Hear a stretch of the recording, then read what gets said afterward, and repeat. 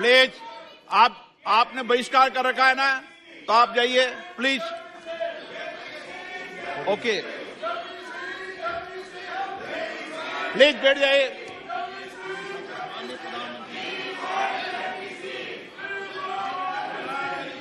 माननीय अध्यक्ष जी, एक मिनट बैठिए। क्या तरीका है बैठे बैठे नारेबाजी करने की? ये तरीका है आप लोगों का? पहले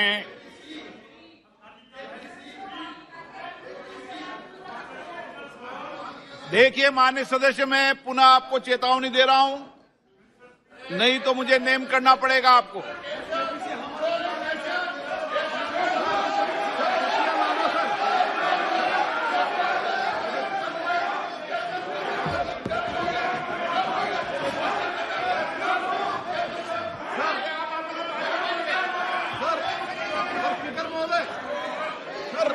तटिया लाना बिल्कुल गलत है सर, तो उनको नेम कर दीजिए सर, हमारा आग्रह है आपसे सर।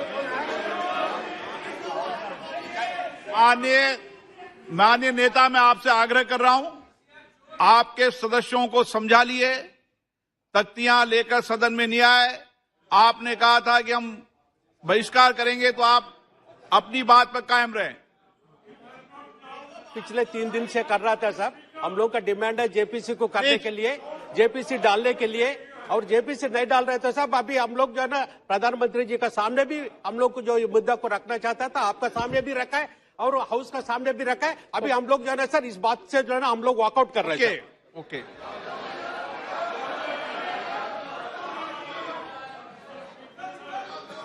बैठ जाइए आप।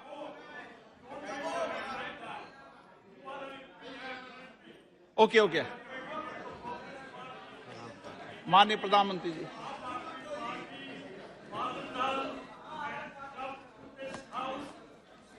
आदरणीय अध्यक्ष जी, सबसे पहले बजट पे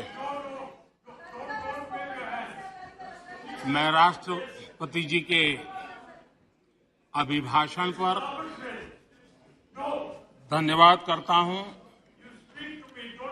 और ये मेरा सौभाग्य रहा है कि मुझे पहले भी कई बार राष्ट्रपति जी के अभिभाषण पर धन्यवाद करने का अवसर मिला है।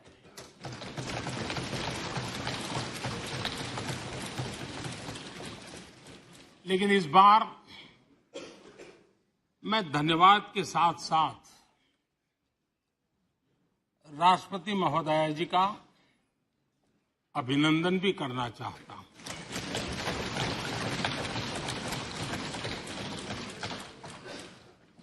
अपने विजनरी भाषण में राष्ट्रपति जी ने हम सबको और करोड़ों देशवासियों को मार्गदर्शन किया है। गणतंत्र के मुखिया के रूप में उनकी उपस्थिति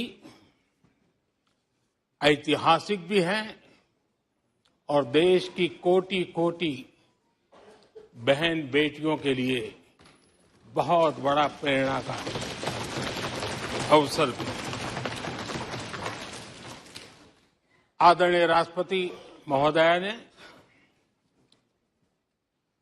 आदिवासी समाज का गौरव तो बढ़ाया ही है, लेकिन आज आजादी के इतने सालों के बाद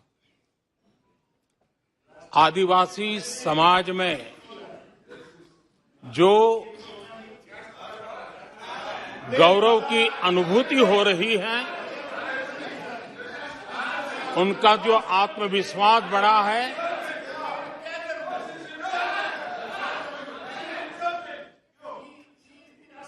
और इसके लिए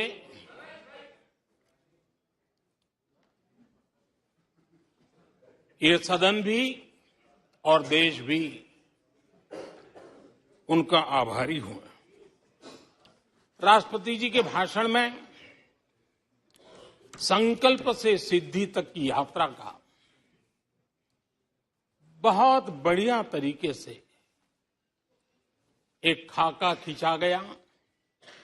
एक प्रकार से देश को अकाउंट भी दिया गया इंस्पिरेशन भी दिया गया।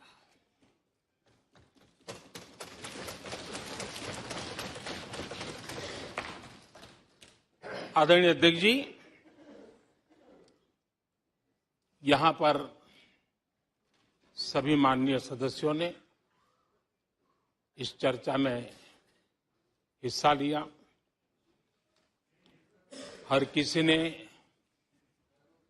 अपने अपने आंकड़े दिए, अपने अपने तर्क दिए और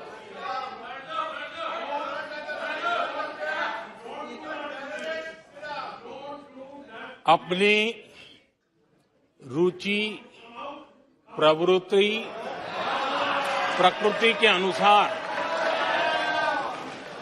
सबने अपनी बातें रखी और जब इन बातों को गौर से सुनते हैं, उसे समझने का जब प्रयास करते हैं, तो ये भी ध्यान में आता है कि किसकी कितनी क्षमता है, किसकी कितनी योग्यता है, किसकी कितनी समझ है और किसका क्या इरादा है। ये सारी बातें प्रकट होती ही हैं और देश भली भांति तरीके से उसका मूल्यांकन भी करता है। मैं चर्चा में शामिल सभी माननीय सदस्यों का हृदय से आभार व्यक्त करता हूं, लेकिन मैं देख रहा था कल कुछ लोगों के भाषण के बाद पूरा इकोसिस्टम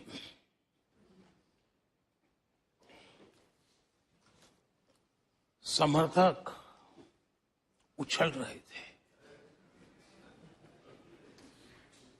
और खुश होकर के कहने लगे, ये हुई है। मैं अंतिम बार बोल रहा हूं, आप सीट पर बैठे बैठे नहीं बोले, आप वरिष्ठ सदस्य हैं और कोई शब्दों को नहीं, गलत। आप चुप रहिए। नो नो,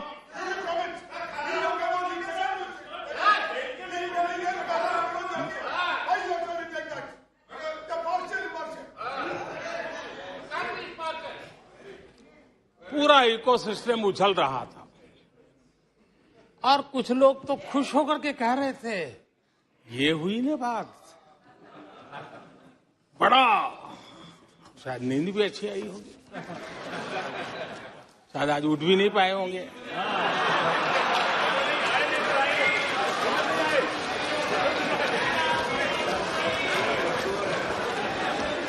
और ऐसे लोगों के लिए कहा गया है, बहुत अच्छे ढंग से कहा गया है, ये कह कह कर हम, ये कह कह कर हम दिल को बहला रहे हैं, ये कह कह के हम दिल को बहला रहे हैं, वो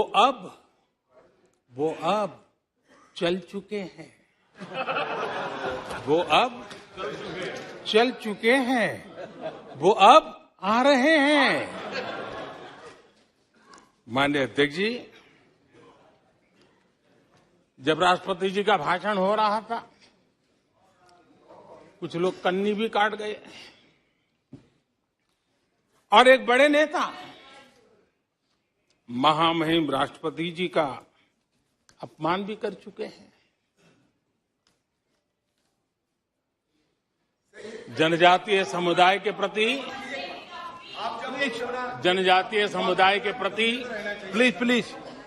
प्लीज आपको नफरत भी दिखाई दी है, प्लीज। और हमारे जनजातीय समाज के प्रति उनकी सोच क्या है। देखिए, सदन के तरीके से चलेगा। आप लोग बोले थे, सबने सुना था, कोई डिस्टर्बेंस नहीं हो। नो, गलत। लेकिन जब इस प्रकार की बातें टीवी के सामने कही गई तो भीतर पड़ा हुआ जो नफरत का भाव था, जो सच, वो बाहर आके ही रह गया। ये खुशी है। ठीक है, बाद में चिट्ठी लिख करके बचने की कोशिश तो की गई है। माननीय अध्यक्ष जी, जब राष्ट्रपति जी के भाषण पे चर्चा मैं सुन रहा था तो मुझे लगा कि बहुत सी बातों को मौन रह करके स्वीकार किया गया है। यानी एक प्रकार से सबके भाषण में सुनता था तब लगा कि राष्ट्रपति जी के भाषण के प्रति किसी को इतराज नहीं है, किसी ने उसकी आलोचना नहीं की। भाषण की हर बात, अब देखिए क्या कहा है राष्ट्रपति जी ने, मैं उन्हीं के शब्द कोट करता हूं। राष्ट्रपति जी ने अपने भाषण में कहा था, जो भारत कभी अपनी अधिकांश समस्याओं के समाधान के लिए दूसरों पर निर्भर था, वही आज दुनिया की समस्याओं के समाधान का माध्यम बन रहा है। राष्ट्रपति जी ने यह भी कहा था, जिन मूल सुविधाओं के लिए देश की एक बड़ी आबादी ने दशकों तक इंतजार किया, वे इन वर्षों में उसे मिली है। बड़े बड़े घोटालों, सरकारी योजनाओं में भ्रष्टाचार की जिन समस्याओं से देश मुक्ति चाहता था, वह मुक्ति अब देश को मिल रही है। पॉलिसी पैरालिसिस की चर्चा से बाहर आकर आज देश और देश की पहचान तेज विकास और दूरगामी दृष्टि से लिए गए फैसलों के लिए हो रही है। ये पैराग्राफ जो मैं पढ़ रहा हूं, वो राष्ट्रपति जी के भाषण के पैराग्राफ को मैं कोट कर रहा हूं। और मुझे आशंका थी कि ऐसी बातों पर यहां जरूर इतराज करने वाले तो कुछ लोग निकलेंगे, वो विरोध करेंगे कि ऐसा कैसे बोल सकते हैं राष्ट्रपति। लेकिन मुझे खुशी है, किसी ने विरोध नहीं किया, सबने स्वीकार किया, सबने स्वीकार किया। और माननीय अध्यक्ष जी, मैं 140 करोड़ देशवासियों का आभारी हूं कि सबके प्रयास के परिणाम आज इन सारी बातों को पूरे सदन में स्वीकृति मिली है। इससे बड़ा गौरव का विषय क्या हो सकता है। आदरणीय अध्यक्ष जी, सदन में हंसी मजाक, टीका टिप्पणी, नोक-झोंक, ये तो होता रहता है। लेकिन ये नहीं भूलना चाहिए कि आज राष्ट्र के रूप में गौरवपूर्ण अवसर हमारे सामने खड़े हैं। गौरव के क्षण हम जी रहे हैं। राष्ट्रपति जी के पूरे भाषण में जो बातें हैं, वो 140 करोड़ देशवासियों के सेलिब्रेशन का अवसर है। देश ने सेलिब्रेट किया है। माननीय अध्यक्ष जी, 100 साल में आई हुई ये भयंकर बीमारी, महामारी, दूसरी तरफ युद्ध की स्थिति, बटा हुआ विश्व, इस स्थिति में भी, इस संकट के माहौल में भी देश को जिस प्रकार से संभाला गया है, देश जिस प्रकार से संभला है, इससे पूरा देश आत्मविश्वास से भर रहा है, गौरव से भर रहा है। आदरणीय अध्यक्ष जी, चुनौतियों के बिना जीवन नहीं होता है। चुनौतियां तो आती हैं, लेकिन चुनौतियों से ज्यादा सामर्थ्यवान है 140 करोड़ देशवासियों का जज्बा। 140 करोड़ देशवासियों का सामर्थ्य चुनौतियों से भी ज्यादा मजबूत है, बड़ा है और सामर्थ्य से भरा हुआ है। इतनी बड़ी भयंकर महामारी, बटा हुआ विश्व, युद्ध के कारण हो रहे विनाश, अनेकों देशों में अस्थिरता का माहौल है। कई देशों में भीषण महंगाई है, बेरोजगारी, खाने पीने का संकट, और हमारे अड़ोस पड़ोस में भी जिस प्रकार से हालत बने हुई है, ऐसी स्थिति में माननीय अध्यक्ष जी, कौन हिंदुस्तानी इस बात पे गर्व नहीं करेगा कि ऐसे समय में भी देश दुनिया की 5वीं बड़ी अर्थव्यवस्था बना है।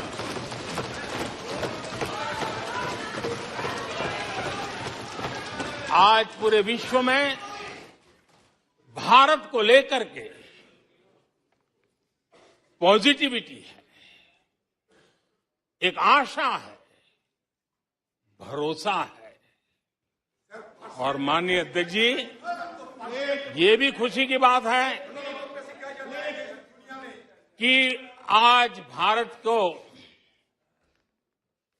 विश्व के समृद्ध देश ऐसे G20 समूह की अध्यक्षता का अवसर भी मिला। ये देश के लिए गर्व की बात है। ये देश के लिए गर्व की बात है। 140 करोड़ देशवासियों के लिए गौरव की बात है। लेकिन मुझे लगता है, पहले मुझे नहीं लगता था, लेकिन अभी लग रहा है शायद इससे भी कुछ लोगों को दुख हो रहा है। 140 करोड़ देशवासियों में किसी को दुख नहीं हो सकता है। वो आत्मनिरीक्षण करे, वो कौन लोग हैं जिसको इसका भी दुख हो रहा है। माननीय अध्यक्ष जी,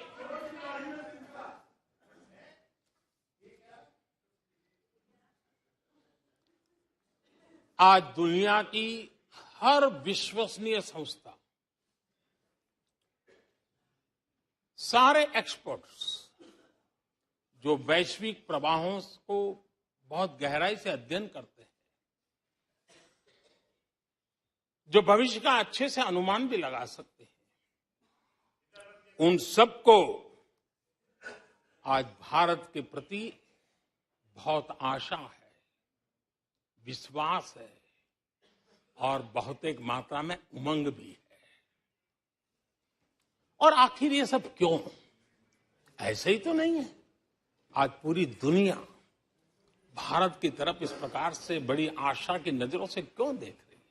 इसके पीछे कारण है। इसका उत्तर छिपा है भारत में आई स्थिरता में, भारत की वैश्विक साख में, भारत के बढ़ते सामर्थ्य में और भारत में बन रही नई संभावनाओं में। माननीय अध्यक्ष जी, हमारी रोजमर्रा की जिंदगी में जो बातें हो रही है, उसी को मैं अगर शब्दबद्ध करूं और कुछ बातें उदाहरण से समझाने की कोशिश करूं। अब आप देखिए, भारत में एक 2-3 दशक अस्थिरता के रहे, आज स्थिरता है, पॉलिटिकल स्टेबिलिटी है, स्टेबल गवर्नमेंट भी है और डिसिसिव गवर्नमेंट है।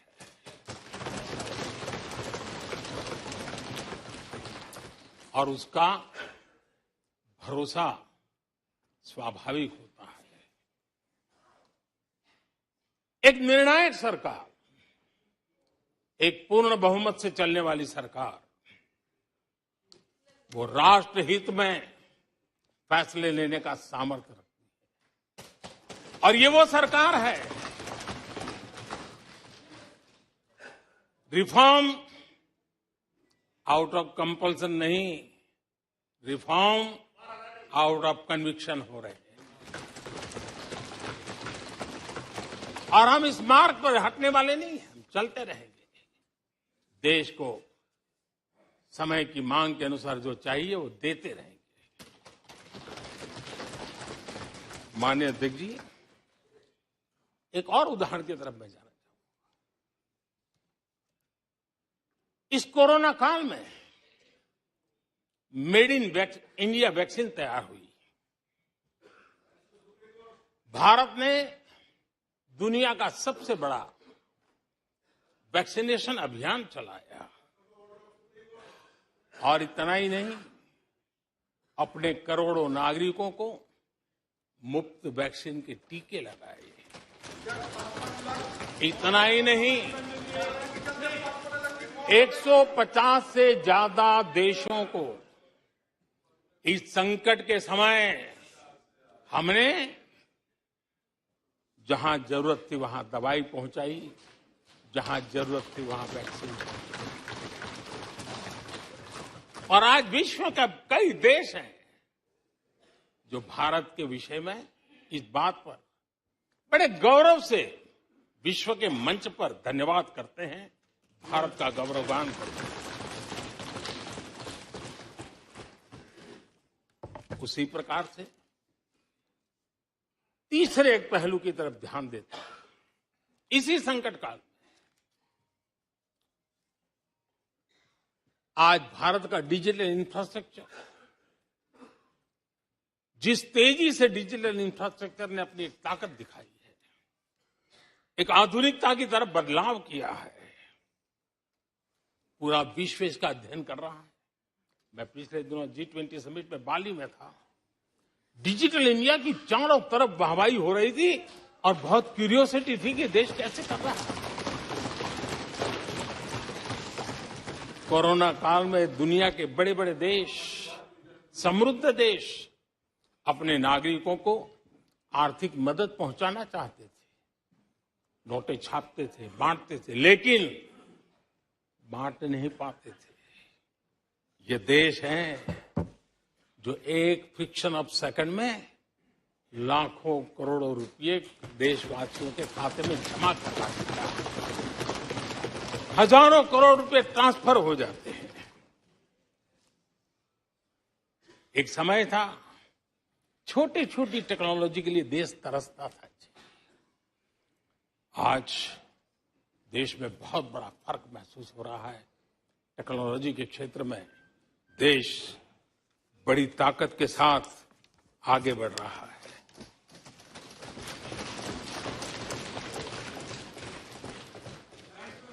कोविन, दुनिया के लोग अपने वैक्सीनेशन का सर्टिफिकेट भी दे नहीं पाते जी।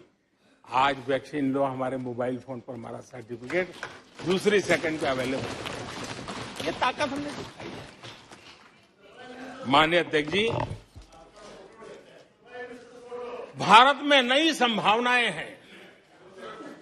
दुनिया को सशक्त वैल्यू और सप्लाई चेन, उसमें आज पूरी दुनिया ने, कोरोना कालखंड ने सप्लाई चेन के मुद्दे पर दुनिया को हिला के रख दिया है। आज भारत उस कमी को पूरने की ताकत के साथ आगे बढ़ रहा है। कईयों को बात समझना बहुत देर लग जाएगी। भारत आज इसी दिशा में एक मैन्युफैक्चरिंग हब के रूप में उभर रहा है और दुनिया भारत की समृद्धि में अपनी समृद्धि देख रही है। माननीय अध्यक्ष जी, निराशा में डूबे हुए कुछ लोग इस देश की प्रगति को स्वीकार ही नहीं कर पा रहे हैं। उन्हें भारत के लोगों की उपलब्धियां नहीं दिखती है।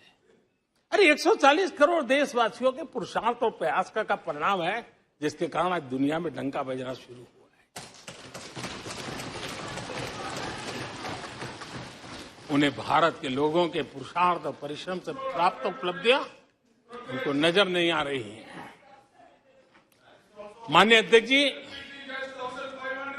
पिछले 9 वर्ष में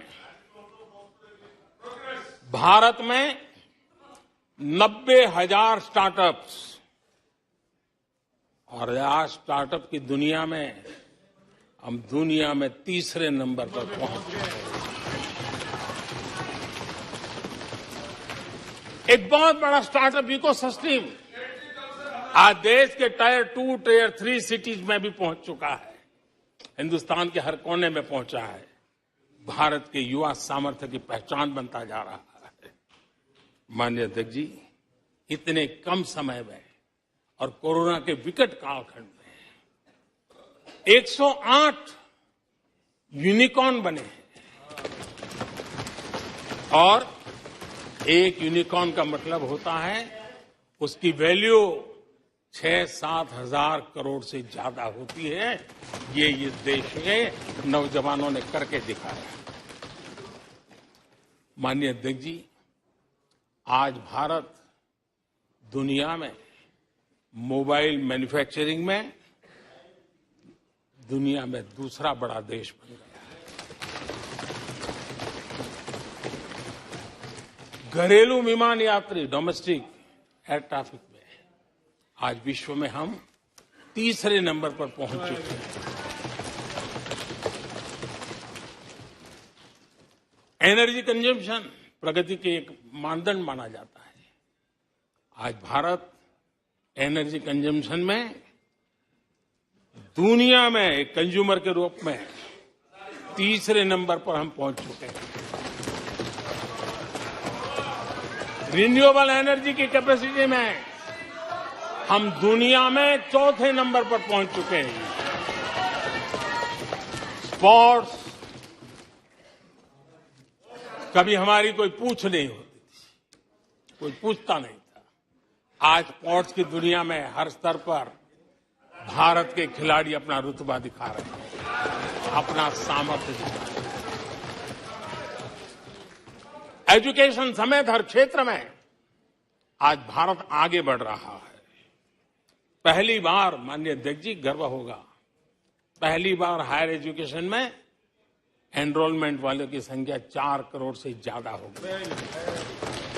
इतना ही नहीं, बेटियों की भी भागीदारी बराबर होती जा रही है।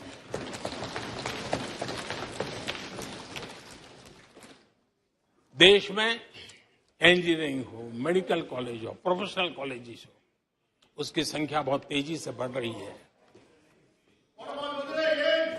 स्पोर्ट्स के अंदर भारत का परचम ओलंपिक हो, कॉमनवेल्थ हो, हर जगह पे हमारे बेटे, हमारी बेटियों ने शानदार प्रदर्शन किया है। माननीय अध्यक्ष जी, किसी भी भारतीय को ऐसी अनेक बातें मैं गिना सकता हूं। राष्ट्रपति जी ने अपने भाषण में कई बातें कही हैं। देश में हर स्तर पर, हर क्षेत्र में, हर सोच में आशा ही आशा नजर आ रही है।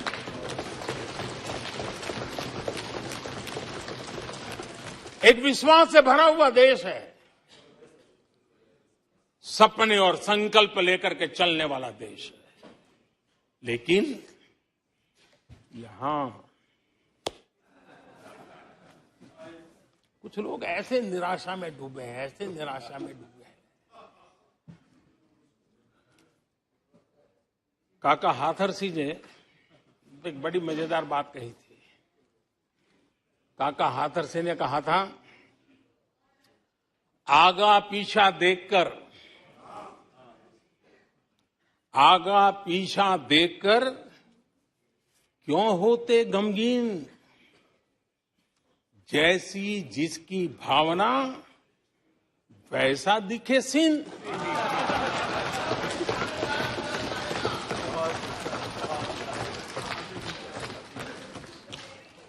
आदरणीय अध्यक्ष जी, आखिर ये निराशा भी ऐसे नहीं आई। इसके पीछे कारण है। एक तो जनता का हुक्म, बार बार हुक्म, लेकिन साथ साथ इस निराशा के पीछे जो अंतर मन में पड़ी हुई चीज है, जो चैन से सोने नहीं देती है, और क्या है? पिछले 10 साल में 2014 के पहले 2004 से 14 भारत की अर्थव्यवस्था खस्ता हाल हो गई। निराशा नहीं होगी तो क्या होगा? 10 साल में महंगाई डबल डिजिट रही, महंगाई डबल डिजिट रही। और इसलिए कुछ अगर अच्छा होता है तो निराशा और उभर करके आती है।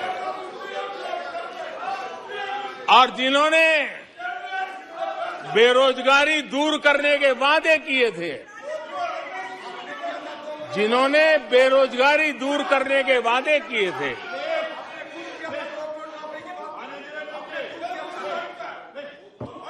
माननीय अध्यक्ष जी, एक बार जंगल में 2 नौजवान शिकार करने के लिए गए और वो गाड़ी में अपनी बंदूक नीचे उतार करके थोड़ा टहलने लगे। उन्होंने सोचा कि थोड़ा अभी आगे चलना है तो थोड़ा जरा हाथ पैर ठीक कर ले, लेकिन गए थे तो बाघ का शिकार करने के लिए, और उन्होंने देखा आगे जाएंगे तो बाघ मिलेगा। लेकिन हुआ ये कि वहीं पर बाघ दिखाई दिया। अभी नीचे उतरे थे, अपनी गाड़ी में बंदूक वहीं पड़ी थी। बाघ दिखा, अब करें क्या? तो उन्हें लाइसेंस दिखाया कि मेरे पास बंदूक का लाइसेंस है।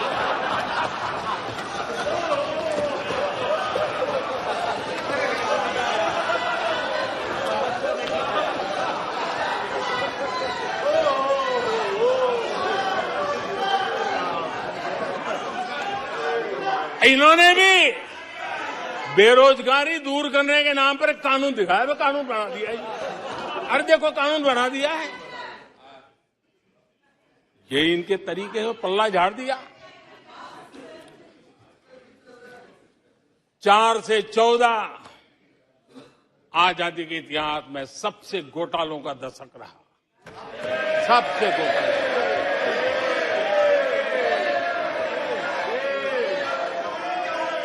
वही 10 साल, यूपीए के वो 10 साल, कश्मीर से कन्याकुमारी,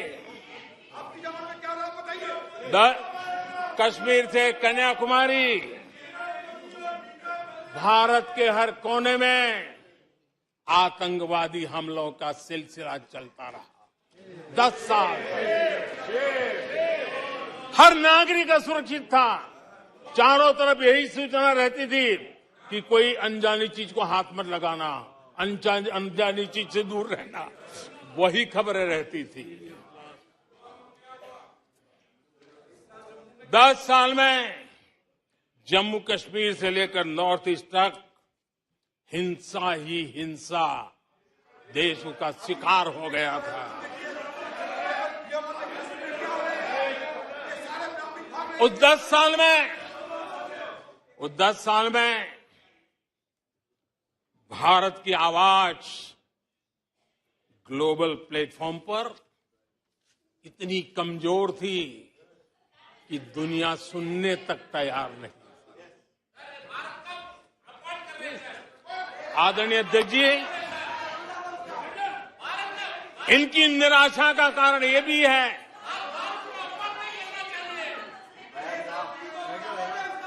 आज जब देश की क्षमता का परिचय हो रहा है, 140 करोड़ देशवासियों का सामर्थ्य खिल रहा है, खुल करके सामने आ रहा है।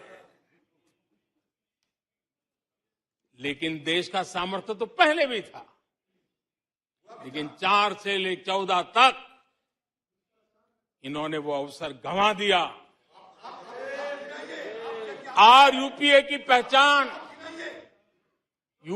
पहचान बन गई, हर मौके को मुसीबत में पलट दिया, हर मौके को मुसीबत में पलट दिया। जब टेक्नोलॉजी इंफॉर्मेशन का युग बड़ी तेजी से बढ़ रहा था, उछल रहा था, उसी समय ये 2G में फंसे रहे, मौका मुसीबत में। सिविल न्यूक्लियर डील हुआ, जब सिविल न्यूक्लियर डील की चर्चा थी, तब ये कैश फॉर वॉट में फंसे रहे। ये खेल चले।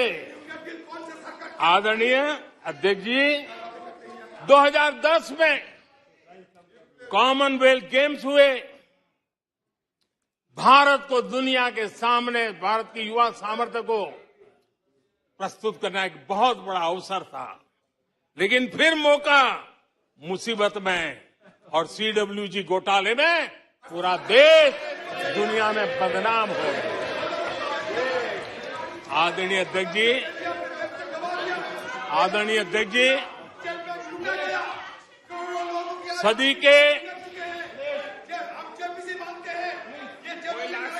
सदी के दूसरे दशक में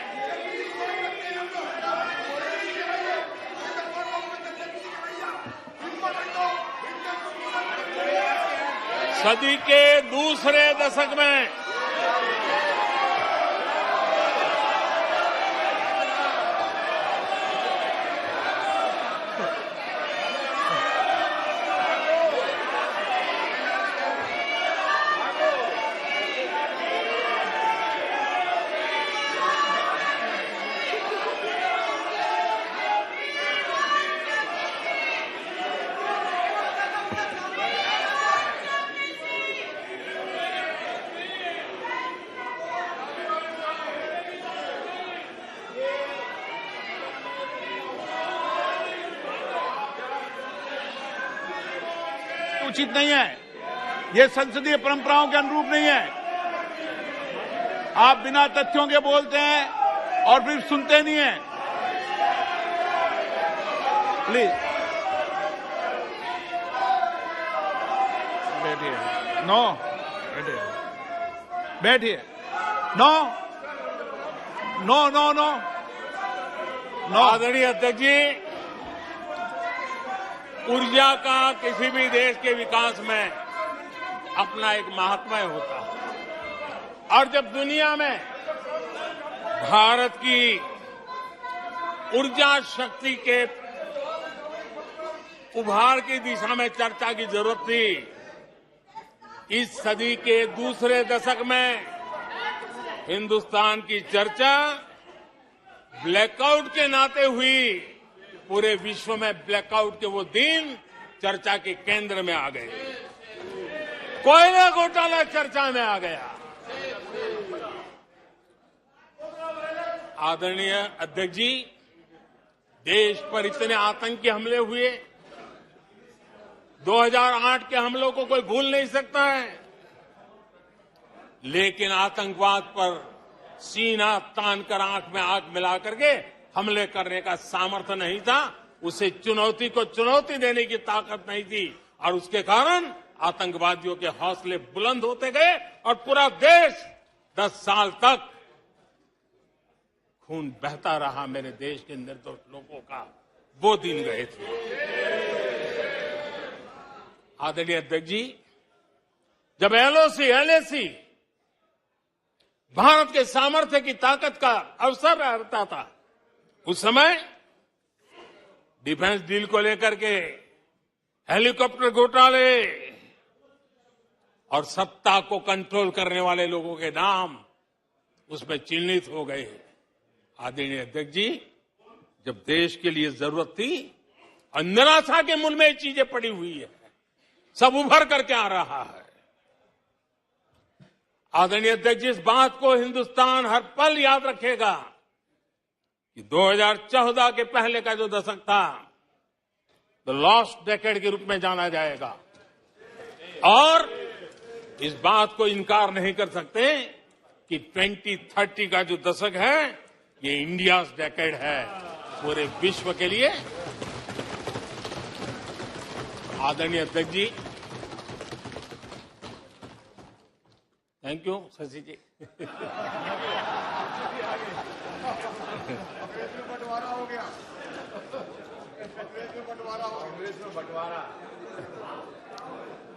आदरणीय अध्यक्ष जी,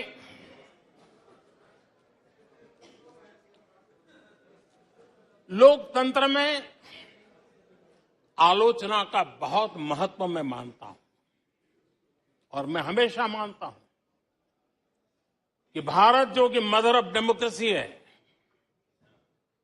सदियों से हमारे यहां लोकतंत्र हमारी रगों में पनपा हुआ है। और इसलिए मैं हमेशा मानता हूं कि आलोचना एक प्रकार से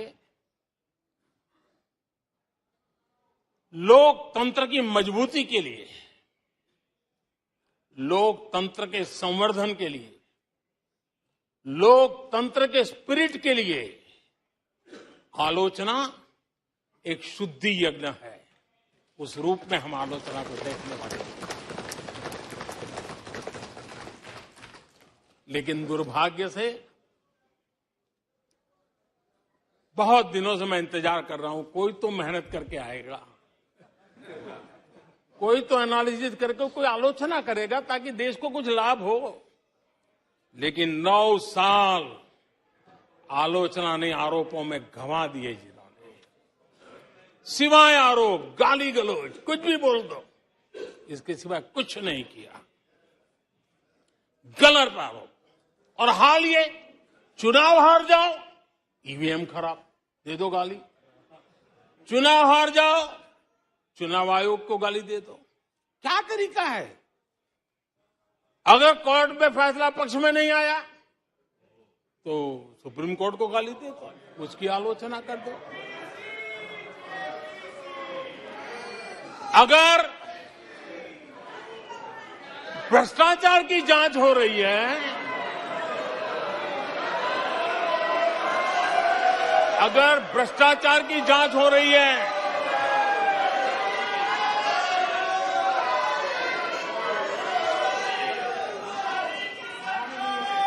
माननीय अध्यक्ष जी, अगर भ्रष्टाचार की जांच हो रही है तो जांच एजेंसियों को गाली दो। अगर सेना पराक्रम करे, सेना अपना शौर्य दिखाए और वो नैरेटिव देश के जन जन के अंदर एक नया विश्वास पैदा करे, तो सेना की आलोचना करो, सेना को गाली दो, सेना पर आरोप करो। कभी आर्थिक देश की प्रगति की खबरें आए, आर्थिक प्रगति की चर्चा हो, विश्व के सारे संस्थान भारत के आर्थिक गौरवगान करे, तो यहां से निकलो, आरबीआई को गाली दो, भारत के आर्थिक संस्थानों को गाली दो। आदरणीय अध्यक्ष जी, हमने 9 साल देखा है माननीय कंस्ट्रक्टिव क्रिटिसिज्म की जगह, माननीय आप सदन के नेता हैं, आप माननीय सदस्यों को समझा दें। लोकतंत्र के लिए जिसकी ये आवश्यकता है, संसदीय परंपरा के अनुरूप नहीं है कि बैठे बैठे बोलें। नो, गलत, नो, नो, आपने भी बोला है, गलत तरीका है ये। नो, बैठ जाइए, गलत तरीका है। ना, जब सदन के नेता बोल रहे हैं तो आपको मर्यादा से सुनना चाहिए। प्लीज बैठिए माननीय प्रधानमंत्री जी। माननीय अध्यक्ष जी, पिछले 9 साल हमने देखा है कुछ लोगों की बैंकरप्सी को देखा है कि कंस्ट्रक्टिव क्रिटिसिज्म की जगह कंपल्सिव क्रिटिक्स ने ले ली है और ये कंपल्सिव क्रिटिक्स इसी में डूबे हुए हैं, खोए हुए हैं। माननीय अध्यक्ष जी, सदन में भ्रष्टाचार की जांच करने वाली एजेंसियों के बारे में बहुत कुछ कहा गया और मैंने देखा कि बहुत सारे विपक्ष के लोग इस विषय में सुर मिला रहे थे। मिले मेरा तेरा सुर।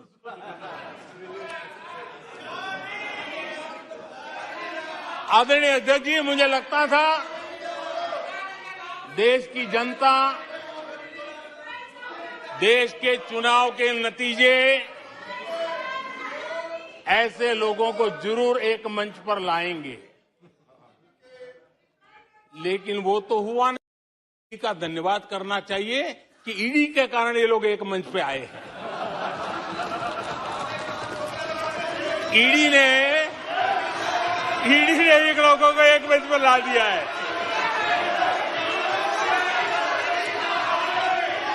और इसलिए जो काम देश के मतदाता नहीं कर पाए,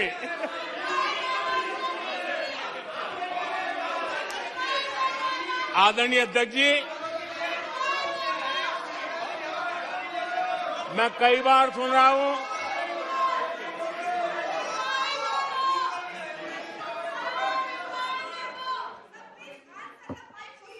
माननीय अध्यक्ष जी, मैं कई बार सुन रहा हूं यहां कुछ लोगों को हार्वर्ड स्टडी का बड़ा क्रेज है। हार्वर्ड स्टडी है, बड़ा क्रेज है। कोरोना काल में ऐसा ही कहा गया था और कांग्रेस ने कहा था कि भारत की बर्बादी पर हार्वर्ड में केस स्टडी होगी, ऐसा कहा था।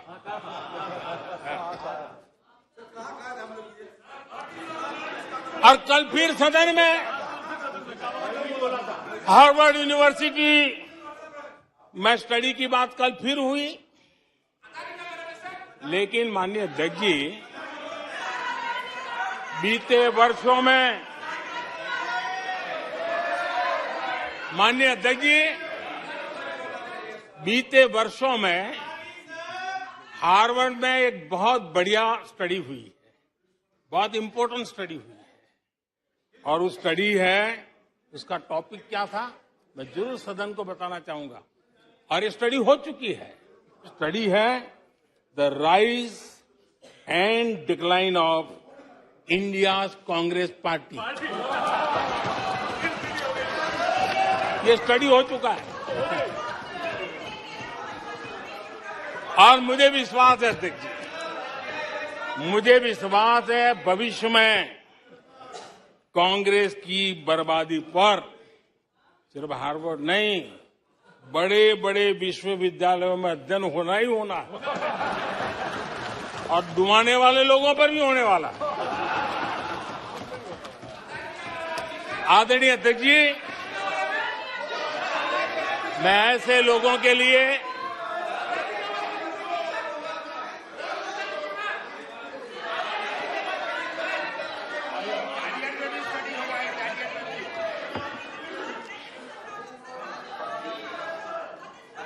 आदरणीय अध्यक्ष जी, इस प्रकार के लोगों के लिए दुष्यंत कुमार ने बहुत बढ़िया बात कही और दुष्यंत कुमार ने जो कहा है बहुत फिट बैठता है। उन्होंने कहा है, तुम्हारे पांव के नीचे, तुम्हारे पांव के नीचे कोई जमीन नहीं, तुम्हारे पांव के नीचे कोई जमीन नहीं। कमाल ये है कि फिर भी तुम्हें यकीन नहीं।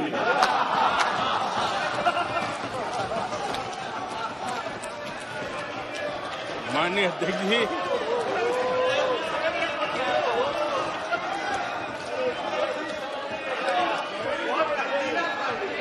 आदरणीय अध्यक्ष जी, सुनो फिर। आदरणीय अध्यक्ष जी, ये लोग बिना सर पैर की बातें करने के आदी होने के कारण उनको ये भी याद नहीं रहता है वो खुद का कितना कॉन्ट्राडिक्शन कहते हैं। कभी एक बात, कभी दूसरी बात, कभी एक तरफ, कभी दूसरी तरफ।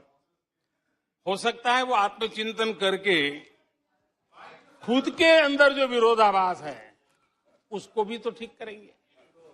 अब 2014 से ये लगातार कोस रहे हैं, हर मौके पर कोस रहे हैं, भारत कमजोर हो रहा है, भारत की कोई सुनने को तैयार नहीं है, भारत की दुनिया में कोई वजूद नहीं रहा, न जाने क्या क्या कहा। और अब क्या कह रहे हैं? अब कह रहे हैं कि भारत इतना मजबूत हो गया है कि दूसरे देशों को दबकाकर फैसले करवा रहा है।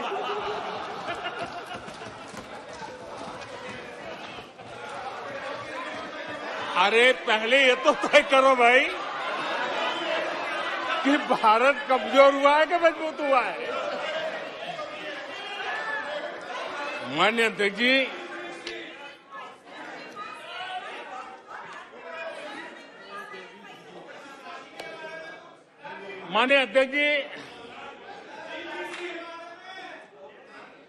कोई भी जीवंत संगठन होता है,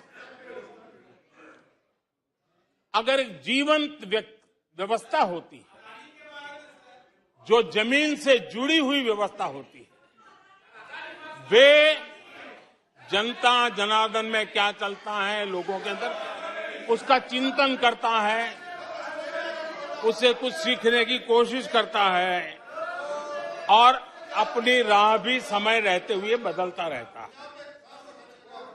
लेकिन जो अहंकार में डूबे होते हैं, जो बस सब कुछ हम ही को ज्ञान है, सब हमारा ये सही है, ऐसी जो सोच में जीते हैं, उनको लगता है कि मोदी को गाली देकर के ही हमारा रास्ता निकलेगा। मोदी पर झूठे अनाप शनाप कीचड़ उछाल करके ही रास्ता निकलेगा। अब 22 साल बीत गए, वो गलतफहमी पाल करके बैठे हुए हैं।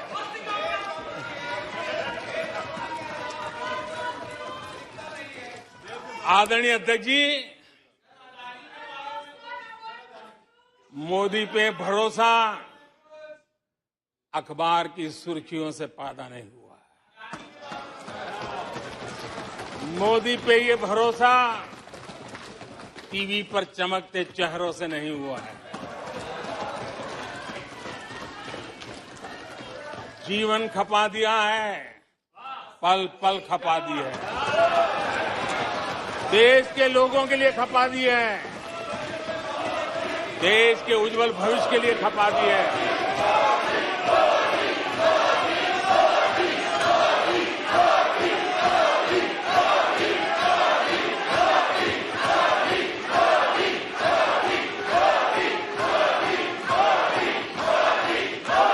आदरणीय अध्यक्ष जी, आदरणीय अध्यक्ष जी,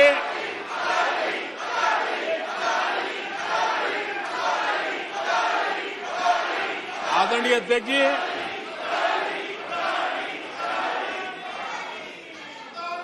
जो देशवासियों का मोदी पर भरोसा है, ये इनकी समझ के दायरे से बाहर है और समझ के दायरे से भी काफी ऊपर है।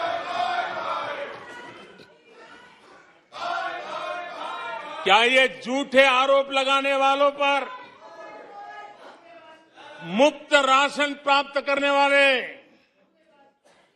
मेरे देश के 80 करोड़ देशवासी क्या कभी उन पर भरोसा करेंगे क्या?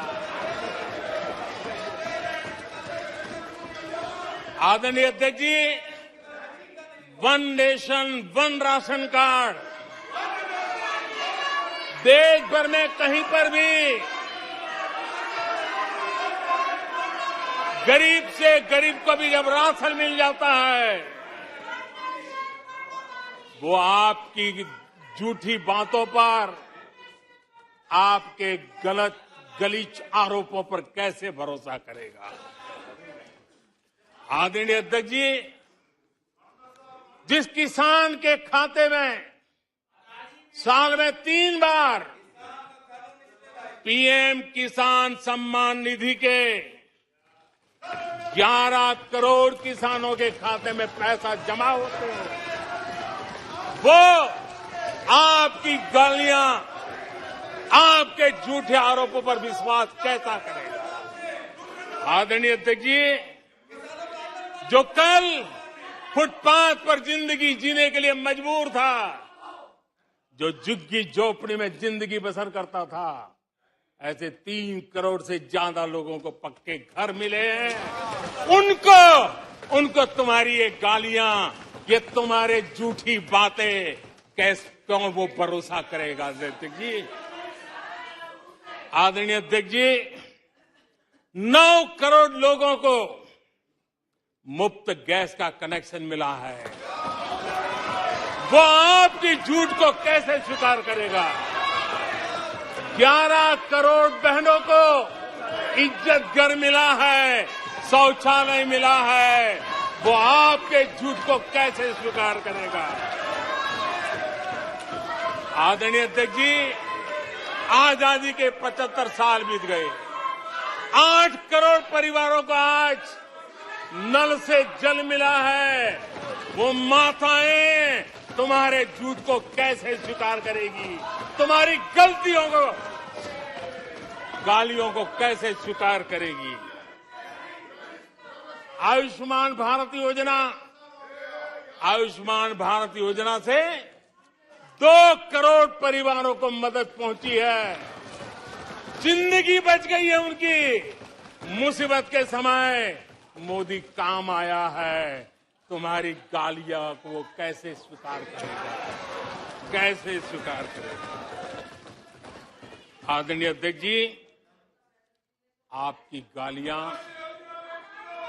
आपके आरोपों को इन कोटि आदरणीय अध्यक्ष जी, आपकी गालियों को, आपके आरोपों को इन कोटि भारतीयों से होकर के गुजरना पड़ेगा, जिनको दशकों तक मुसीबतें में जिंदगी जीने के लिए तुमने मजबूर किया। आदरणीय अध्यक्ष जी, कुछ लोग अपने लिए, अपने परिवार के लिए बहुत कुछ तबाह करने पर लगे हुए हैं, अपने लिए, अपने परिवार के लिए जी रहे हैं। मोदी तो 25 करोड़ देशवासियों के परिवार का सदस्य है।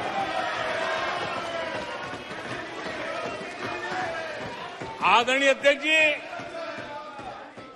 140 करोड़ देशवासियों के आशीर्वाद, ये मेरा सबसे बड़ा सुरक्षा कवच है।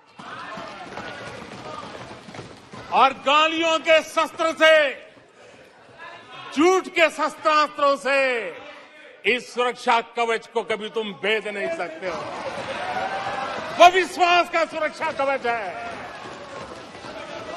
और इन शस्त्रों से तुम कभी भेद नहीं सकते हो।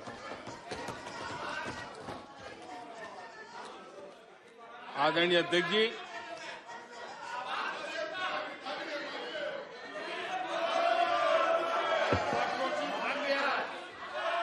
आने सदस्य प्लीज। नहीं नहीं, ये तरीका आदरणीय उचित नहीं है अध्यक्ष जी। आपका, कोई तरीका उचित नहीं है। नो, इस तरीके से सदन नहीं चलेगा, मैं आपको बता देता हूं। नो, तरीका गलत है। बैठिए बैठिए। क्या सदन है, संसद है? बैठकर टिप्पणी करते हैं। सदन के नेता बोलते हैं जब कुछ शांत रखा करो, मर्यादा रखा करो चीजों की।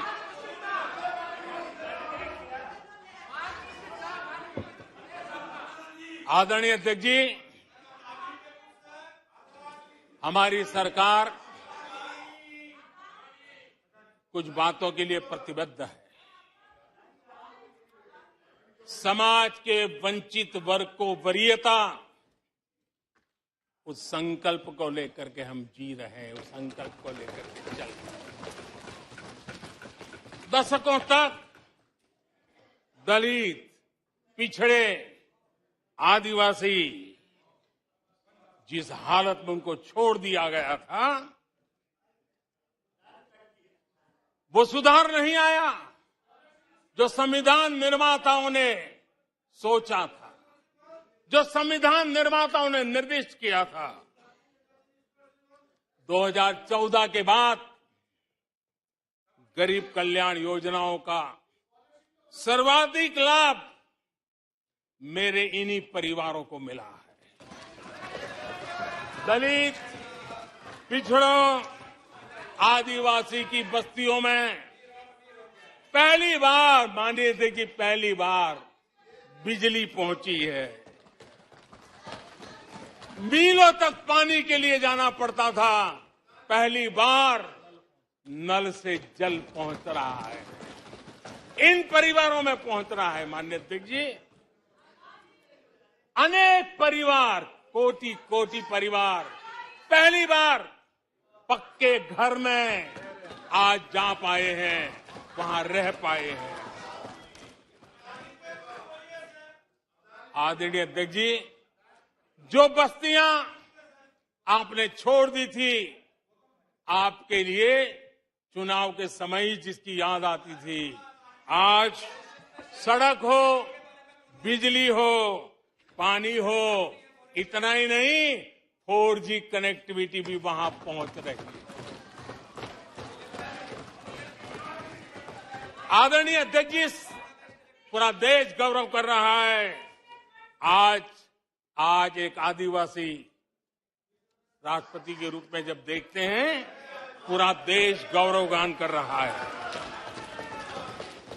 आज देश में आदि जाति समूह के नर नारी, जिन्होंने मातृभूमि के लिए जीवन तर्पण कर दिए, आजादी के जंग का नेतृत्व किया, उनका पुण्य स्मरण आज हो रहा है और हमारे आदिवासियों का गौरव दिवस मनाया जा रहा है।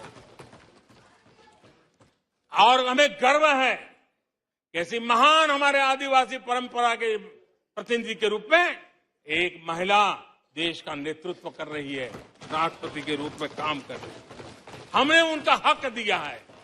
आदरणीय जी,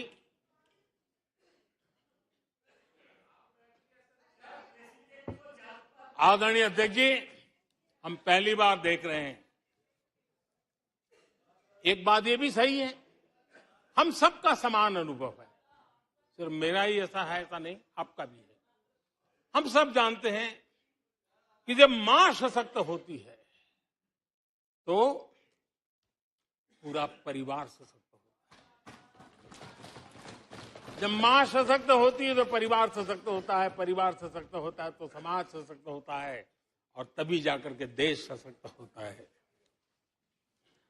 और मुझे संतोष है कि माताएं, बहनों, बेटियों को सबसे ज्यादा सेवा करने का सौभाग्य हमारी सरकार को मिला है।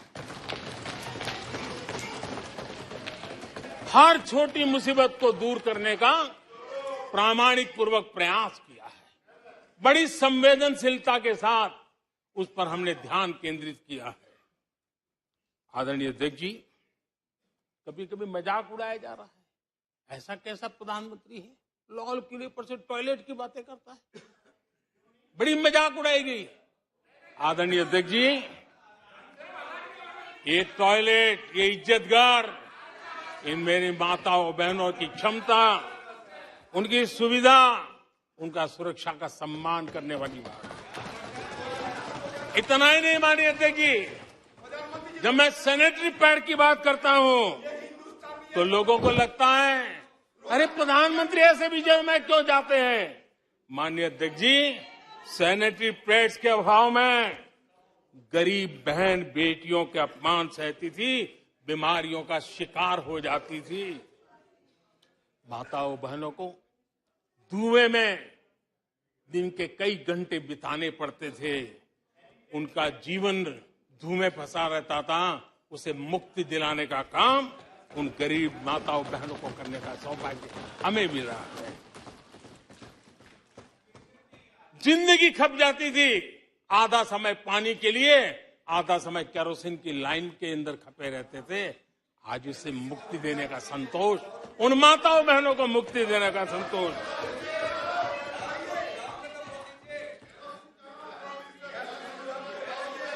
माननीय अध्यक्ष जी, जो पहले चलता था अगर वैसा ही हम चलने देते, शायद कोई हमें सवाल भी नहीं पूछता कि मोदी जी ये क्यों नहीं किया, वो क्यों नहीं किया, क्योंकि देश को आपने ऐसी स्थिति में ला दिया था कि इससे बाहर निकल ही नहीं सकता था। वैसी निराशा में देश को झोंक कर रखा हुआ था। हमने उज्ज्वला योजना से धुएं से मुक्ति दिलाई, जल जीवन से पानी दिया, बहनों के सशक्तिकरण के लिए काम किया। 9 करोड़ बहनों को सेल्फ हेल्प ग्रुप, स्वयं सहायता समूह से जोड़ना, माइनिंग से लेकर के डिफेंस तक आज माताओं बहनों को, बेटियों को अवसर खोल दिए हैं। ये खोलने का काम हमारी सरकार ने किया है। आदरणीय अध्यक्ष जी, इस बात को हम याद करें, वोट बैंक की राजनीति ने देश के सामर्थ्य को कभी कभी बहुत बड़ा गहरा धक्का पहुंचाया और उसी का परिणाम है कि देश में जो होना चाहिए, जो समय पे होना चाहिए था, उसमें काफी देर हो गई। आप देखिए, मध्यम वर्ग लंबे समय तक मध्यम वर्ग को पूरी तरह नकार दिया गया, उसकी तरफ देखा तक नहीं गया। एक प्रकार से वो मान के चला कि हमारा कोई नहीं, अपने ही बलबूते पर जो हो सकता है करते चलो। वो अपनी पूरी शक्ति बेचारा खपा देता था। लेकिन हमारी सरकार, एनडीए सरकार ने मध्यम वर्ग की ईमानदारी को पहचाना है, उन्हें सुरक्षा प्रदान की है और आज हमारा परिश्रमी मध्यम वर्ग देश को नई ऊंचाई पर ले जा रहा है। सरकार के विभिन्न योजनाओं से मध्यम वर्ग को कितना लाभ हुआ है, माननीय अध्यक्ष जी, मैं उदाहरण देता हूं। 2014 से पहले जीबी डेटा, क्योंकि आज युग बदल चुका है, ऑनलाइन दुनिया चल रही है, हर एक के हाथ में मोबाइल पड़ा हुआ है। कुछ लोगों के जेब फटे हुए हो तो भी मोबाइल तो होता ही है। आदरणीय अध्यक्ष जी, 2014 के पहले जीबी डेटा की कीमत 250 रुपया थी। आज सिर्फ 10 रुपया, आज सिर्फ 10 रुपया। आदरणीय अध्यक्ष जी, एवरेज हमारे देश में एक नागरिक एवरेज 20 जीबी का उपयोग करता है। अगर उस हिसाब को मैं लगाऊं तो एवरेज एक व्यक्ति का 5,000 रुपया बचता है। आदरणीय अध्यक्ष जी, 5,000 रुपया बचता है। आदरणीय अध्यक्ष जी, जन औषधि स्टोर आज पूरे देश में आकर्षण का कारण बने हैं, क्योंकि मध्यम वर्ग का परिवार, उसको अगर परिवार में सीनियर सिटीजन है, डायबिटीज जैसी बीमारी है, तो 1,000, 2,000, 2,500, 3,000 की दवाई हर महीना लेनी पड़ती है। जन औषधि केंद्र में जो दवाई बाजार में 100 रुपए में मिलती है, जन औषधि में 10 रुपए, 20 रुपए में मिलती है। आज 20,000 करोड़ रुपया मध्यम वर्ग का जन औषधि के कारण बचा है। माननीय अध्यक्ष जी,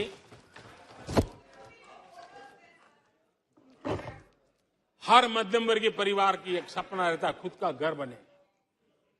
और अर्बन इलाके में होम लोन के लिए बड़ी व्यवस्था करने का काम हमने किया और रेरा का कानून बनाने के कारण जो कभी इस प्रकार के तत्व मध्यम वर्ग की मेहनत की कमाई को सालों तक डुबो कर रख देते थे, उसमें से मुक्ति दिला करके उसको एक नया विश्वास देने का काम हमने किया और उसके कारण खुद का घर बनाने की उसकी सहूलियत बढ़ गई है।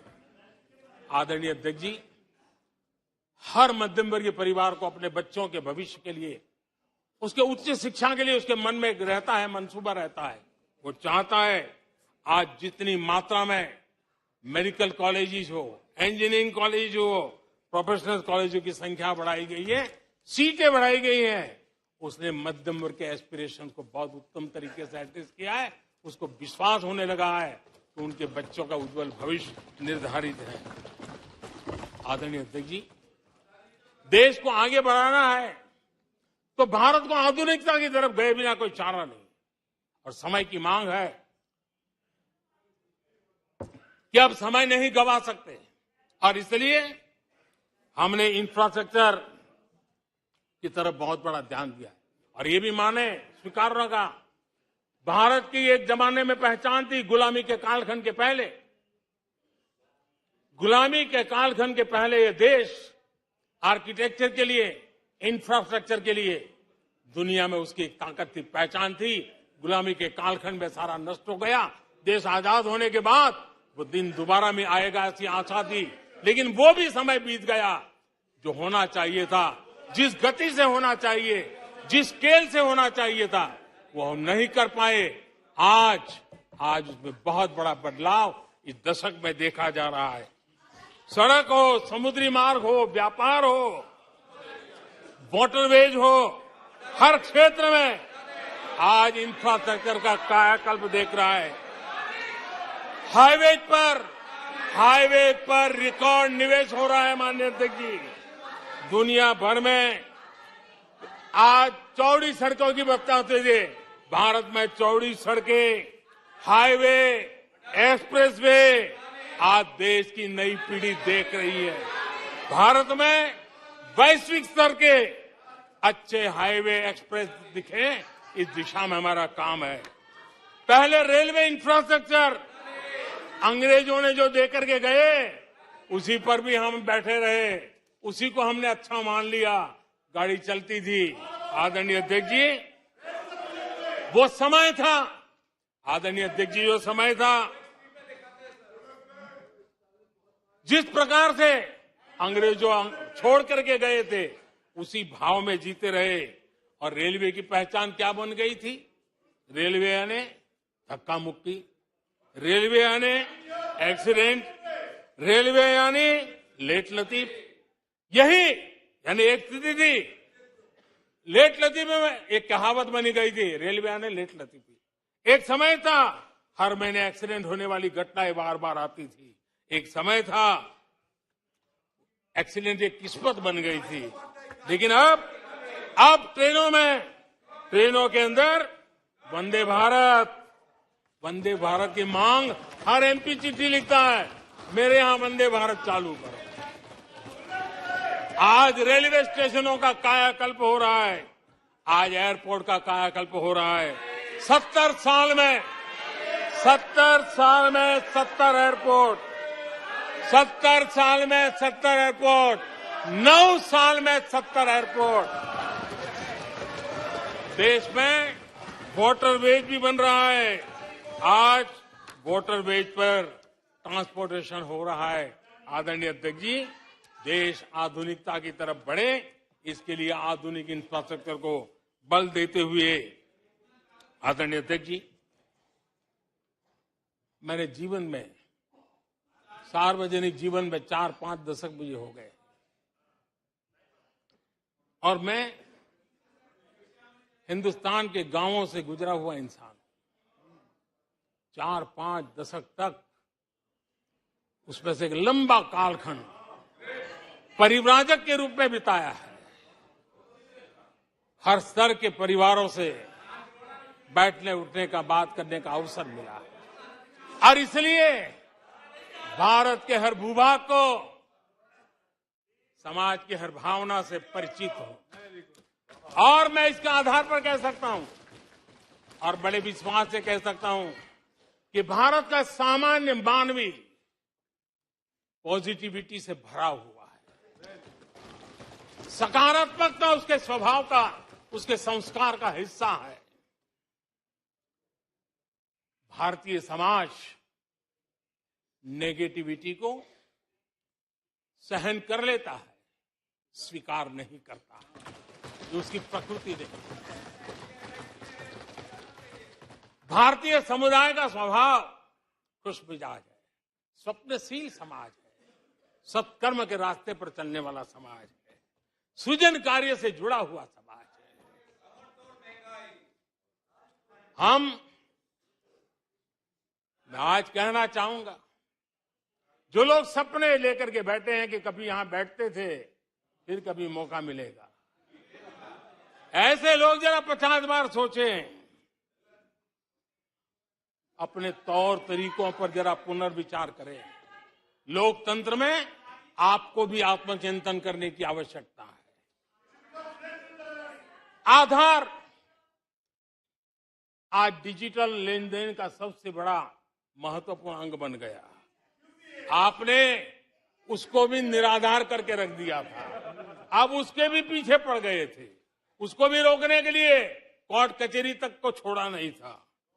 जीएसटी को न जाने क्या क्या कह दिया गया, पता नहीं, लेकिन आज हिंदुस्तान की अर्थव्यवस्था को और सामान्य मानवी को जीवन सुगम बनाने में जीएसटी ने एक बहुत बड़ी भूमिका अदा की। वो जमा एचएएल को कितनी गालियां दी गई, किस प्रकार से बड़े बड़े फोरम का मिसयूज किया गया। आज एशिया का सबसे बड़ा हेलीकॉप्टर बनाने वाला हब बन चुका है, जहां से तेजस हवाई जहाज सैकड़ों की संख्या में बन रहे हैं। भारतीय सेना के हजारों करोड़ रुपए का ऑर्डर आज एचएएल के पास है। भारत के अंदर आज वाइब्रेंट डिफेंस इंडस्ट्री आगे आ रही है। आज भारत डिफेंस एक्सपोर्ट करने लगा है। माननीय अध्यक्ष जी, हिंदुस्तान के हर नौजवान को गर्व होता है। निराशा में डूबे हुए लोगों से अपेक्षा नहीं है। आदरणीय अध्यक्ष जी, आप जानते हैं भली भांति, समय सिद्ध कर रहा है, जो कभी यहां बैठते थे वो वहां जाने के बाद भी फेल हुए, वहां जाने के बाद भी फेल हुए, और देश पास होता जा रहा है, डिस्टिंक्शन पे जा रहा है। और इसलिए समय की मांग है कि आज निराशा में डूबे हुए लोग थोड़ा स्वस्थ मन रख के आत्मचिंतन करें। आदरणीय अध्यक्ष जी, यहां जम्मू कश्मीर की भी चर्चा हुई, जम्मू कश्मीर की भी चर्चा हुई, और जो अभी अभी जम्मू कश्मीर घूम कर गए उन्होंने देखा होगा कितने आन बान शान के साथ आप जम्मू कश्मीर में जा सकते, घूम सकते, फिर सकते। आदरणीय अध्यक्ष जी, पिछली शताब्दी के उत्तरार्ध में, आदरणीय अध्यक्ष जी, पिछली शताब्दी के उत्तरार्ध में मैं भी जम्मू कश्मीर में यात्रा लेके गया था और लाल चौक में तिरंगा फहराने का संकल्प लेकर के चला था। और तब आतंकवादियों ने पोस्टर लगाए थे, आतंकवादियों ने पोस्टर लगाए थे उस समय, और कहा था देखते हैं किसने अपनी मां का दूध पिया है जो लाल चौक में आके तिरंगा फहराता है। पोस्टर लगे थे।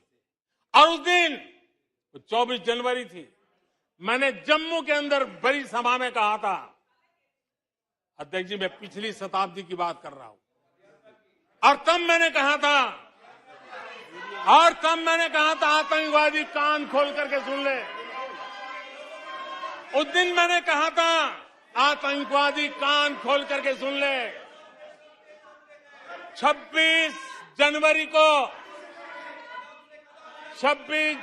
को ठीक 11 बजे मैं लाल चौक पहुंचूंगा, बिना सिक्योरिटी आऊंगा, बुलेट प्रूफ जैकेट के बिना आऊंगा और फैसला लाल चौक में होगा किसने अपनी मां का दूध पिया।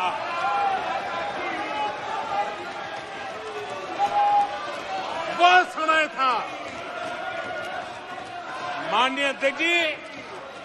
और जब श्रीनगर के लाल चौक में तिरंगा फहराया, उसके बाद मैंने मीडिया के लोग पूछने लगे, मैंने कहा था कि आमतौर पर तो 15 अगस्त और 26 जनवरी को जब भारत का तिरंगा लहराता है तो भारत के आयुध, भारत के बारूद सलामी देते हैं, आवाज करके देते हैं। मैंने कहा आज जब मैं लाल चौक के अंदर तिरंगा फहरा हूं, दुश्मन देश का बारूद भी सलामी कर रहा है, गोलियां चला रहा था, बंदूकें बम फोड़ रहा था। आदरणीय अध्यक्ष जी, आज जो शांति आई है, आज चैन से जा सकते हैं, सैकड़ों की तादाद में जा सकते हैं। ये माहौल और पर्यटन की दुनिया में कई दशकों के बाद सारे रिकॉर्ड जम्मू कश्मीर ने तोड़े हैं। आज जम्मू कश्मीर में लोकतंत्र का उत्सव मनाया जा रहा है। आदरणीय अध्यक्ष जी, आज जम्मू कश्मीर में हर घर तिरंगा का सफल कार्यक्रम होते हैं। मुझे खुशी है, कुछ लोग हैं जो कभी कहते थे तिरंगे से शांति बिगड़ने का खतरा लगता था, कुछ लोगों को ऐसा कहते थे कि तिरंगे से जम्मू कश्मीर में शांति बिगड़ने का खतरा लगता था। वक्त देखिए, वक्त का मजा देखिए, अब वो भी तिरंगा यात्रा में शरीक हो रहे हैं।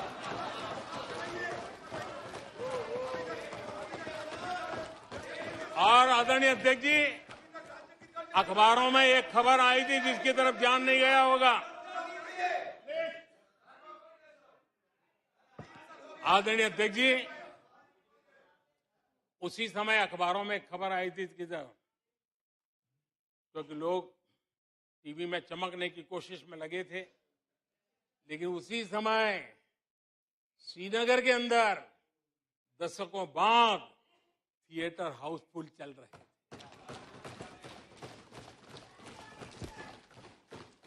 और अलगाववादी दूर दूर तक नजर नहीं आते। अब ये भी देश ने देखा। आदरणीय अध्यक्ष जी, अभी हमारे साथी आकर ही हमारे माननीय सदस्य नॉर्थ ईस्ट के लिए कह रहे थे। मैं कहूंगा जरा एक बार नॉर्थ ईस्ट हो आइए। आपके जमाने का नॉर्थ ईस्ट और आज के जमाने का नॉर्थ ईस्ट देखिए। आधुनिक चौड़े हाईवे हैं, रेल की सुख सुविधा वाली सफर है, आप आराम से हवाई जहाज से जा सकते हैं। नॉर्थ ईस्ट के हर कोने में आज बड़ी, और मैं गर्व के साथ कहता हूं, आजादी का 75 साल मना रहे हैं, तब मैं गर्व से कहता हूं 9 साल में करीब 7500 7,500 7,500 जो हथियार के रास्ते पे चल पड़े थे, ऐसे लोगों ने सरेंडर किया और अलगाववादी प्रवृत्ति छोड़ करके मुख्य धारा में आने का काम किया है। आदरणीय अध्यक्ष जी, आज त्रिपुरा में लाखों परिवारों को पक्का घर मिला है, उसकी खुशी में मुझे शरीक होने का अवसर मिला। जब मैंने त्रिपुरा में हीरा योजना की बात कही थी, तब मैंने कहा था हाईवे, हाईवे, रेलवे और एयरवे, हीरा, ये हीरा का आज सफलतापूर्वक त्रिपुरा की धरती पर मजबूती नजर आ रही है। त्रिपुरा तेज गति से आज भारत की विकास यात्रा का भागीदार बना है। आदरणीय अध्यक्ष जी, मैं जानता हूं सच सुनने के लिए भी बहुत सामर्थ्य लगता है। आदरणीय अध्यक्ष जी, झूठे गंदे आरोपों को सुनने के लिए भी बहुत बड़ा धैर्य लगता है और मैं इन सबका अभिनंदन करता हूं जिन्होंने धैर्य के साथ गंदी से गंदी बातें सुनने का ताकत दिखाई है। ये अभिनंदन के अधिकारी है। लेकिन जो सच सुनने का सामर्थ्य नहीं रखते हैं वो कितनी निराशा की गर्त में डूब चुके होंगे, इसका देश आज सबूत देख रहा है। माननीय अध्यक्ष जी,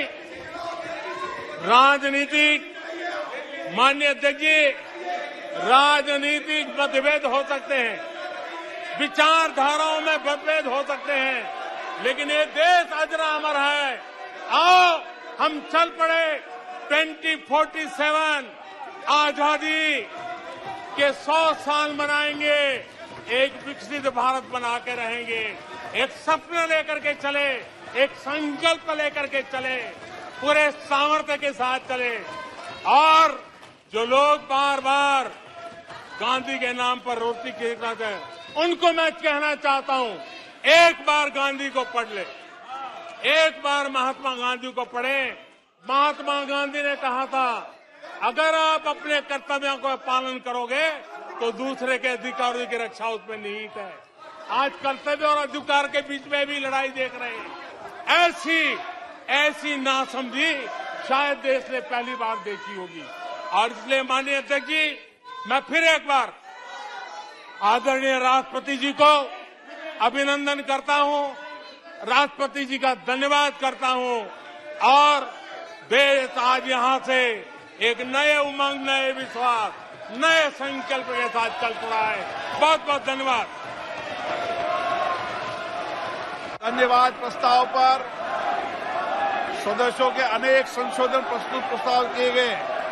सभा की सहमति हो तो मैं सभी संशोधन एक साथ सभा के मतदान के लिए रखता हूं। धन्यवाद। प्रस्ताव पर सदस्यों ने अनेक संशोधन प्रस्तुत किए। अब मैं संशोधनों को एक साथ सभा में मतदान करता हूं। प्रश्न ये कि माननीय सदस्यों द्वारा प्रस्तुत सभी संशोधन स्वीकृत किया जाए। जो सदस्य पक्ष में हाँ गए, जो सदस्य विरोध में ना गए, मेरे विचार में निर्णय ना वालों के पक्ष में, ना वालों के पक्ष में प्रसाद स्वीकृत हुआ। प्लीज बैठिए, प्लीज बैठिए। देखिए माननीय सर, प्लीज एक मिनट बैठिए, एक मिनट बैठे साहब, एक मिनट बैठो पहले आप, एक मिनट बैठिए आप, प्लीज 1 मिनट सिटिंग। मैंने कल सभी मान्य सदस्यों ने एक मिनट अधीर रंजन जी, प्लीज एक मिनट सुनिए, बात सुनिए, एक मिनट बात सुनिए। कल सदन में सभी मान्य सदस्यों ने देर रात्रि तक धन्यवाद प्रस्ताव पर चर्चा पर भाग लिया। कुछ मान्य सदस्यों ने राष्ट्रपति अभिभाषण के बाहर के बिंदु भी गए। बिना तथ्यों के, बिना सबूतों के सदन का गलत तरीके से उपयोग किया गया, जो सदन की मर्यादा के अनुरूप नहीं है। और मेरा आग्रह है, हम सब लोग जिस धन्यवाद प्रस्ताव पर राष्ट्रपति जी को धन्यवाद देना चाहते हैं, उस पर एक मुझसे धन्यवाद दें। अब मैं राष्ट्रपति जी के अभिभाषण पर धन्यवाद प्रस्ताव को सभा के मतदान के लिए रखता हूं।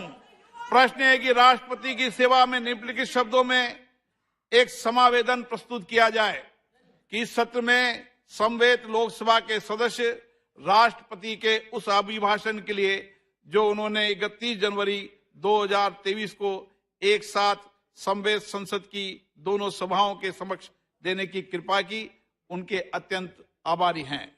जो सदस्य पक्ष में वहां गए, मेरे विचार में निर्णय हाँ वालों के पक्षवा प्रस्ताव स्वीकृत हुआ और सदन में सभी माननीय राष्ट्रपति जी के अभिवादन पर सर्वसम्मति से प्रस्ताव पारित करा करें। ये परंपरा हमेशा रहनी चाहिए। आइटम नंबर 30 वर्ष 2023-24 के लिए केंद्रीय बजट पर